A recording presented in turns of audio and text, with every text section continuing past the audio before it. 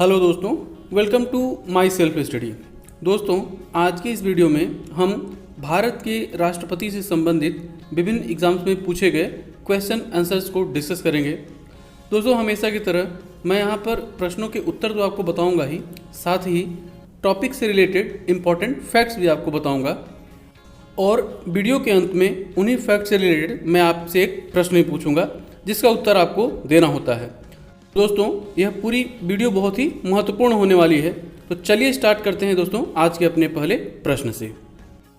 प्रश्न है, भारत का राष्ट्रपति बनने के लिए न्यूनतम आयु कितनी होनी चाहिए? और आपके ऑप्शंस हैं 21 वर्ष, 25 वर्ष, 30 वर्ष या फिर 35 वर्ष। तो दोस्तों, इसका सही आंसर होगा ऑप्शन 4 35 वर्ष। इस संदर्भ में आपको बताता चलूँ दोस्तों कि यह बात तो न्यूनतम आयु की हो गई, लेकिन अगर अधिकतम आयु की बात की जाए तो भारतीय संविधान में भारत का राष्ट्रपति बनने के लिए कोई अधिकतम आयु निर्धारित नहीं की गई है। वहीं दोस्तों, भारत का कोई भी नागरिक वह जितनी बार चाहे वह उतनी बार भारत का राष्ट्रपति बन सकता है। लेकिन अगर दोस्तों इसी को हम अमेरिका से कंपेयर करें तो अमेरिका में कोई भी व्यक्ति 2 बार से ज़्यादा प्रेसिडेंट नहीं बन सकता है। वहीं भारत के राष्ट्रपति का जो कार्यकाल होता है वह 5 वर्षों का होता है, जबकि अमेरिका के राष्ट्रपति का कार्यकाल 4 वर्षों का ही होता है। यहीं पर आपको बताता चलूँ दोस्तों कि भारतीय संविधान के अनुच्छेद 52 से लेकर अनुच्छेद 62 तक भारत के राष्ट्रपति के चुनाव की योग्यता, उनके चुनाव की प्रक्रिया तथा उनके शपथ समारोह आदि से संबंधित है। और इस अनुच्छेद के अनुसार दोस्तों भारत का प्रथम नागरिक भारत का राष्ट्रपति होता है। अगला प्रश्न है, राष्ट्रपति पद का चुनाव निम्नलिखित में से किसके द्वारा संचालित किया जाता है? और आपके ऑप्शंस हैं लोकसभा अध्यक्ष द्वारा, प्रधानमंत्री द्वारा, निर्वाचन आयोग द्वारा या फिर संसद के दोनों सदनों द्वारा। तो दोस्तों, इसका सही आंसर होगा ऑप्शन 3 निर्वाचन आयोग द्वारा। इस संदर्भ में आपको बताता चलूँ दोस्तों कि भारत के राष्ट्रपति के निर्वाचन में लोकसभा, राज्यसभा तथा राज्य की विधानसभाओं के जो निर्वाचित सदस्य रहते हैं वही भाग लेते हैं। यहाँ पर ध्यान दीजिएगा कि राज्य की विधानसभाओं के सदस्य भाग लेते हैं, उसमें राज्यों के विधान परिषद के सदस्य भाग नहीं लेते हैं। दूसरी चीज़ यह है दोस्तों, जैसा कि मैंने आपको बता रहा हूँ कि निर्वाचित सदस्य ही केवल भाग लेते हैं। दोस्तों, जैसा कि आप जानते हैं कि लोकसभा, राज्यसभा एवं राज्य की विधानसभाओं में राष्ट्रपति महोदय द्वारा अथवा राज्यपाल महोदय द्वारा कुछ सदस्यों को मनोनीत भी किया जाता है। तो जो मनोनीत सदस्य हैं वह चुनाव की प्रक्रिया में भाग नहीं लेते हैं। इसके बाद राष्ट्रपति पद के जितने भी उम्मीदवार हैं उनके लिए यह आवश्यक है कि कम से कम 50 मतदाताओं द्वारा, जो भी राष्ट्रपति महोदय के चुनाव प्रक्रिया में भाग लेंगे, उन 50 मतदाताओं द्वारा उनके नाम को प्रस्तावित किया जाए और कम से कम 50 मतदाताओं द्वारा उनके नाम का अनुमोदन भी किया जाए। और इसके बाद मतदान की प्रक्रिया स्टार्ट होती है।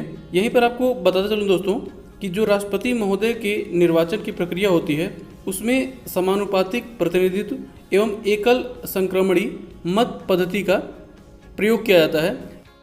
अगला प्रश्न है, राष्ट्रपति पद के चुनाव संबंधी विवाद किसके पास भेजे जाते हैं? और आपके ऑप्शंस हैं चुनाव आयोग, संसद, उच्चतम न्यायालय या फिर लोकसभा। तो दोस्तों, इसका सही आंसर होगा ऑप्शन 3 उच्चतम न्यायालय। तो इसका मतलब ये हुआ कि राष्ट्रपति का चुनाव जो है वह तो निर्वाचन आयोग करवाता है और उस चुनाव में भाग लेने वाले जो मतदाता होते हैं वह लोकसभा, राज्यसभा और राज्यों के विधानसभा के निर्वाचित सदस्य होते हैं। लेकिन दोस्तों, अगर वहाँ पे भी अगर चुनाव हुआ और चुनाव की प्रक्रिया को लेकर कोई विवाद हो गया तो उसका फैसला सर्वोच्च न्यायालय करेगा। यहीं पर आपको बताता चलूँ दोस्तों कि किसी भी परिस्थिति में राष्ट्रपति महोदय का अगर पद रिक्त है तो उस स्थिति में भारत के उपराष्ट्रपति महोदय जो हैं वह राष्ट्रपति महोदय की तरह कार्य करेंगे। लेकिन किसी परिस्थिति में अगर ऐसी भी स्थिति आ जाए कि राष्ट्रपति एवं उपराष्ट्रपति दोनों ही पद खाली हों तो भारतीय सर्वोच्च न्यायालय के जो मुख्य न्यायाधीश हैं वह जो है कि कार्यवाहक राष्ट्रपति के रूप में कार्य करेंगे। और वर्ष 1969 ईस्वी में ऐसी ही स्थिति बन गई थी जब हमारे तीसरे राष्ट्रपति डॉक्टर जाकिर देहांत हो गया था और उसी समय दोस्तों हमारे जो मुख्य न्यायाधीश थे एम हिदायतुल्ला, उन्होंने 35 दिनों तक कार्यवाहक राष्ट्रपति के रूप में कार्य किया था। अगला प्रश्न है, राष्ट्रपति को पद एवं गोपनीयता की शपथ कौन दिलाता है? और आपके ऑप्शंस हैं भारत के मुख्य न्यायाधीश, प्रधानमंत्री, उपराष्ट्रपति या फिर अटॉर्नी जनरल। तो दोस्तों इसका सही आंसर होगा ऑप्शन फर्स्ट, भारत के मुख्य न्यायाधीश। इस संदर्भ में आपको बताता चलूँ दोस्तों कि सर्वोच्च न्यायालय के मुख्य न्यायाधीश की नियुक्ति भारत के राष्ट्रपति महोदय के द्वारा ही किया जाता है। लेकिन यहाँ पर एक चीज़ और भी ध्यान रखिएगा दोस्तों कि नियुक्ति तो भारत के राष्ट्रपति महोदय करते हैं, लेकिन उनके पद से, मतलब मुख्य न्यायाधीश को उनके पद से भारत के राष्ट्रपति महोदय हटा नहीं सकते हैं। यहाँ पर एक चीज़ और भी ध्यान रखिएगा दोस्तों कि सर्वोच्च न्यायालय के मुख्य न्यायाधीश को उनके पद एवं गोपनीयता की शपथ भी भारत के राष्ट्रपति महोदय द्वारा ही दिया जाता है। और अगर किसी स्थिति में भारत के मुख्य न्यायाधीश अपना त्यागपत्र देना चाहें तो वह अपना त्यागपत्र जो है भारत के राष्ट्रपति महोदय को संबोधित पत्र के माध्यम से ही दे सकते हैं। लेकिन अगर भारत के राष्ट्रपति महोदय को अपना त्यागपत्र देना है तो वह मुख्य न्यायाधीश महोदय को अपना त्यागपत्र नहीं देंगे, वह अपना त्यागपत्र उपराष्ट्रपति महोदय को संबोधित पत्र के माध्यम से दे सकते हैं। अगला प्रश्न है, राष्ट्रपति अपना त्यागपत्र किसे दे सकते हैं? और आपके ऑप्शंस हैं सर्वोच्च न्यायालय के मुख्य न्यायाधीश, उपराष्ट्रपति, प्रधानमंत्री या फिर लोकसभा अध्यक्ष। तो दोस्तों जैसा कि थोड़ी देर पहले ही मैंने आपको बताया कि भारत के राष्ट्रपति अपना त्यागपत्र जो है उपराष्ट्रपति महोदय को दे सकते हैं। तो दोस्तों इसका सही आंसर होगा ऑप्शन सेकंड, उपराष्ट्रपति। यहाँ पर एक चीज़ और भी आप ध्यान रखिएगा दोस्तों कि अगर उपराष्ट्रपति महोदय को भी अपना त्यागपत्र देना है अपने कार्यकाल को पूर्ण होने से पहले ही, तो दोस्तों वह भी, मतलब उपराष्ट्रपति महोदय भी अपना त्यागपत्र राष्ट्रपति महोदय को ही दे सकते हैं। यानी कि राष्ट्रपति और उपराष्ट्रपति दोनों लोग एक दूसरे को अपना त्यागपत्र दे सकते हैं। अगला प्रश्न है, निम्नलिखित में से किसकी नियुक्ति भारत के राष्ट्रपति द्वारा की जाती है? और आपके ऑप्शंस हैं भारत के महान्यायवादी, नियंत्रक एवं महालेखा परीक्षक, राज्यों के राज्यपाल या फिर उपरोक्त सभी। तो दोस्तों इसका सही आंसर होगा ऑप्शन फोर्थ, उपरोक्त सभी।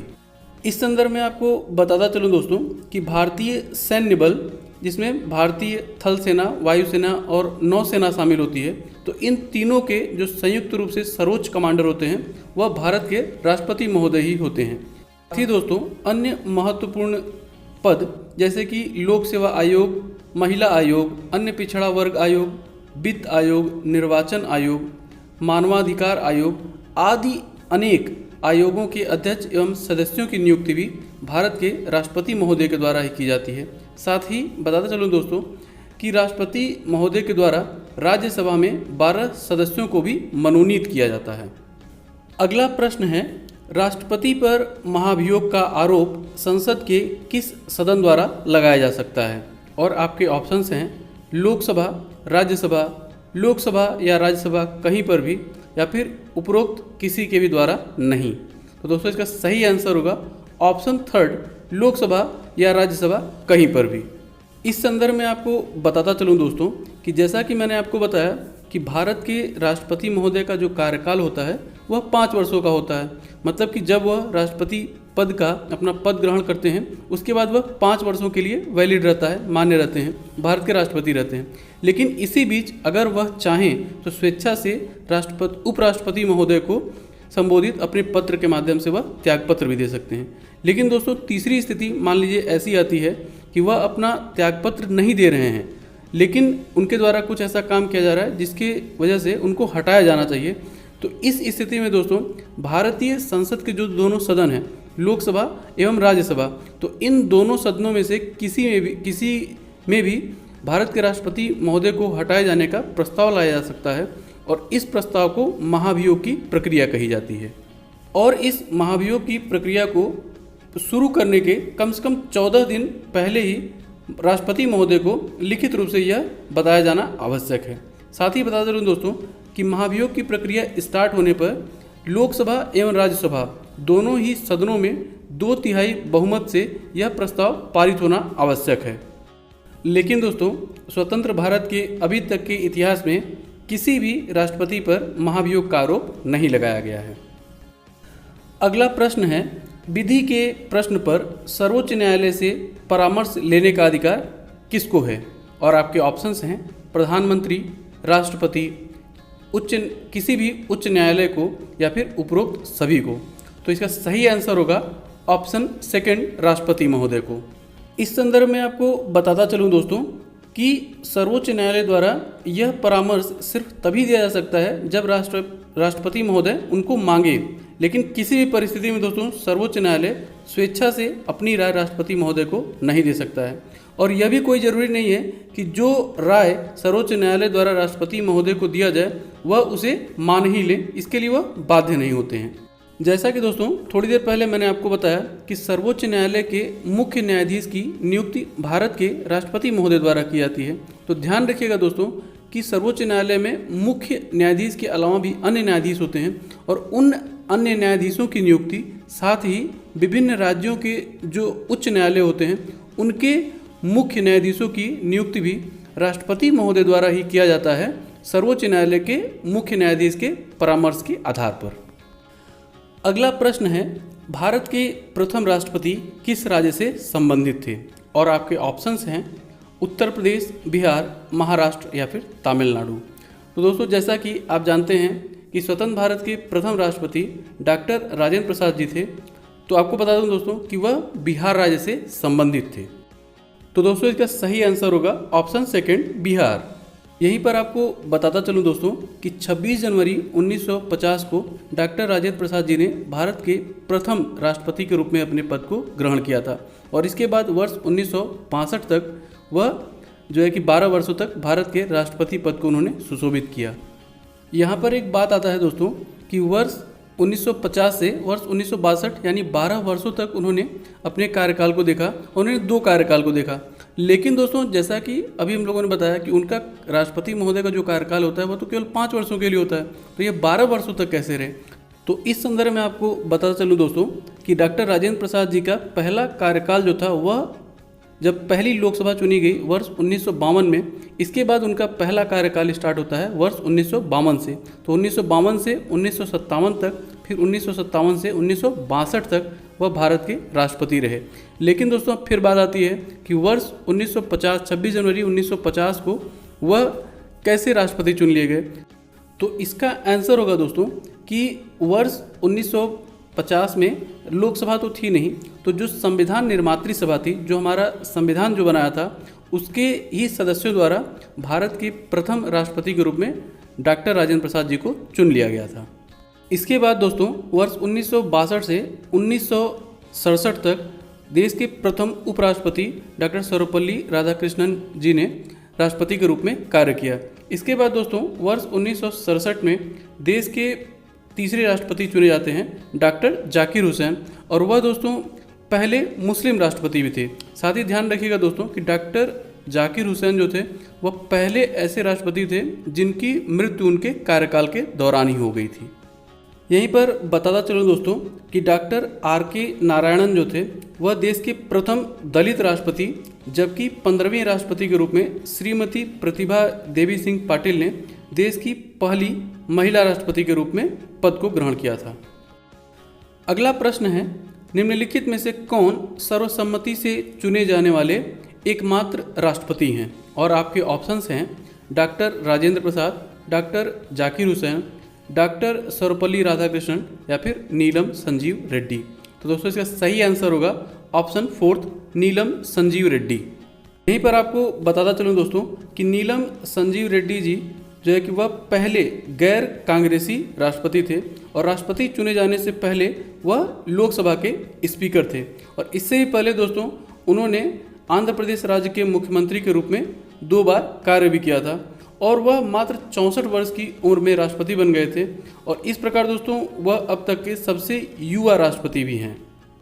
दोस्तों अब बारी है आज के प्रश्न की। प्रश्न है, भारत के किस राष्ट्रपति की मृत्यु कार्यकाल पूरा करने से पहले ही हो गई थी? और आपके ऑप्शंस हैं doctor Rajendra Prasad, doctor Sarvepalli Radhakrishnan, doctor Zakir Hussain या फिर BV गिरी। हमेशा की तरह दोस्तों पूरे वीडियो को अगर आपने बहुत ध्यानपूर्वक देखा होगा तो इस प्रश्न का सही उत्तर अभी तक आपको मिल गया होगा। प्रश्न का सही उत्तर नीचे आप कमेंट बॉक्स में कमेंट करके हमें बता सकते हैं। इसी तरह के इंटरेस्टिंग क्वेश्चन आंसर्स के लिए आप हमारा फेसबुक पेज माई सेल्फ स्टडी को भी ज्वाइन कर सकते हैं। तो दोस्तों उम्मीद करता हूँ कि वीडियो ज़रूर आपको पसंद आया होगा और आपको कुछ न कुछ जानने को मिला होगा। वीडियो अगर आपको पसंद आया हो और आपको कुछ न कुछ जानने को मिला हो तो वीडियो को लाइक और शेयर करना ना भूलिएगा, साथ ही चैनल को सब्सक्राइब भी। इसी नोट के साथ दोस्तों वीडियो को ही समाप्त करता हूँ और आपसे मिलता हूँ कल सुबह 7:30 बजे भारत के महापुरुष सीरीज़ की अगली वीडियो के साथ। तब तक के लिए जय हिंद।